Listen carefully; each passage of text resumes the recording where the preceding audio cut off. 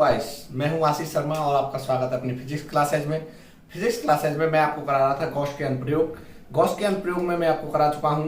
कल मैंने आपको कराया था आवेशित चालक सीट पर, आवेशित समतल सीट पर जो है वैद्युत क्षेत्र निकालने की बात कही थी। आज हम कराएंगे आवेशित चालक के ठीक बाहर वैद्युत क्षेत्र की तीव्रता।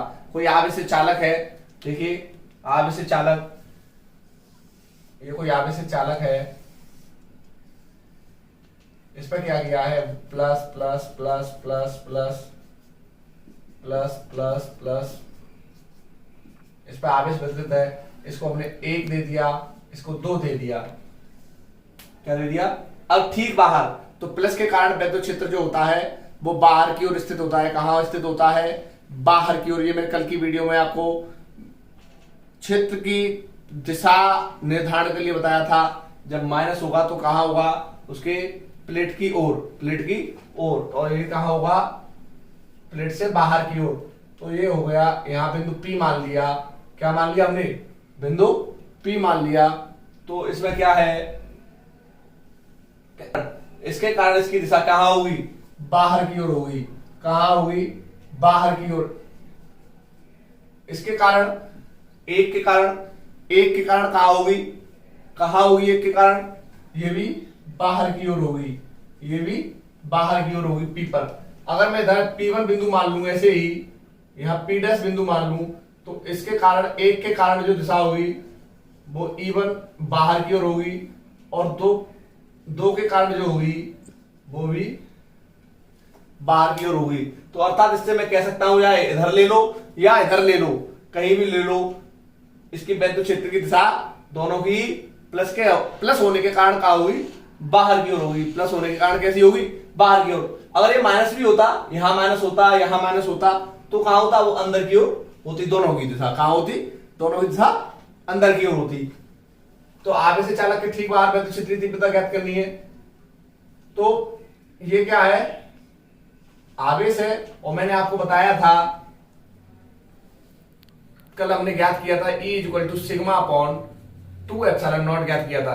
कल हमने क्या ज्ञात किया था, E = sigma upon 2 epsilon not.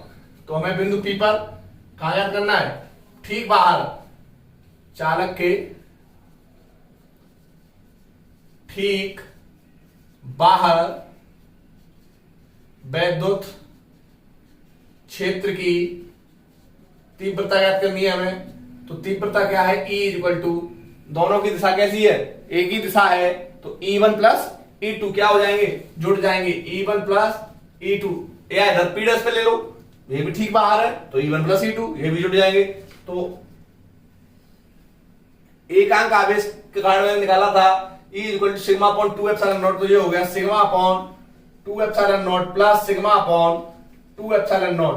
तो 2 एप्सिलॉन नॉट, और ये हो गया 2 सिग्मा, 2 से 2 कट गया, तो E = sigma upon epsilon not होगा। मतलब आवेशित चालक के ठीक बाहर वैद्युत क्षेत्र की तीव्रता कितनी होगी, सिग्मा अपॉन एप्सिलॉन नॉट होगी।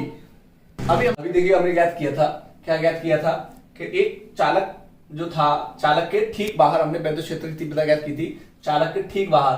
अब हम ज्ञात करेंगे समान पृष्ठ घनत्व की धन तथा ऋण आवेशित समांतर अचालक प्लेटों के बीच। अचालक प्लेटों के बीच, ये 2 प्लेटें हैं, एक धन आवेशित है और एक ऋण आवेशित है, इसके बीच में और इसके बाहर वैद्युत क्षेत्र की तीव्रता हमें ज्ञात करनी है। देखिए, बड़े आसान तरीके से आपको समझाऊंगा, बहुत ही सरल भाषा में। मैं आपको पहले बता चुका था कि प्लस आवेश के कारण जो वैद्युत क्षेत्र होता है वो प्लेट से बाहर की ओर होता है।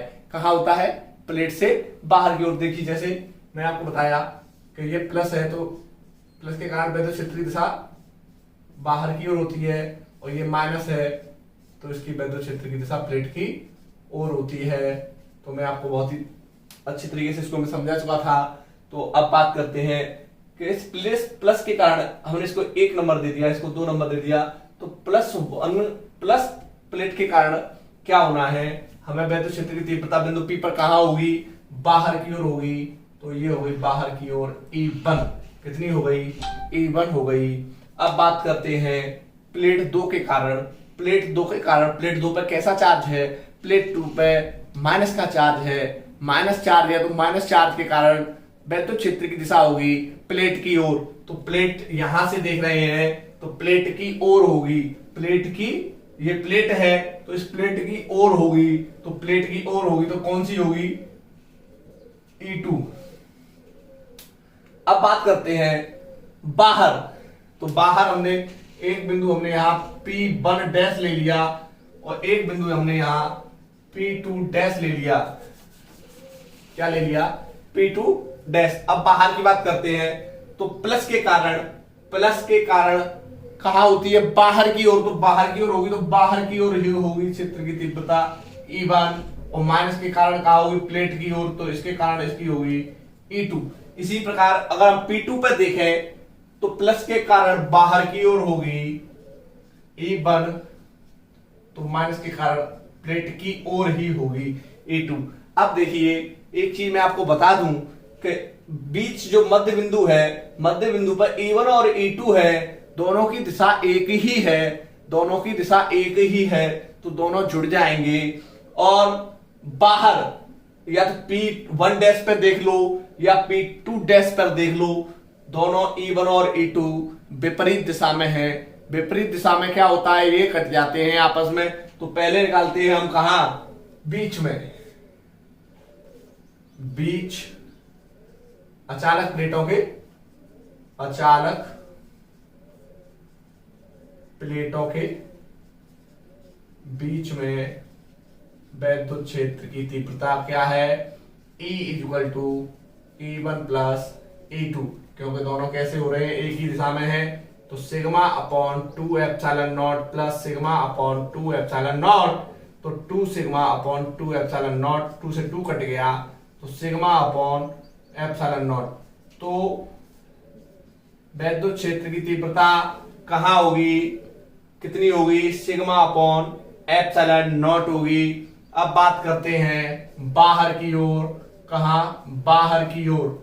तो बाहर की ओर देखते हैं हम, बाहर की ओर क्या है, E इक्वल टू, मैंने आपको बताया E1 इधर है, तो E1 और E2 विपरीत दिशा में है, माइनस E2, तो sigma upon 2 epsilon not minus sigma upon 2 epsilon not.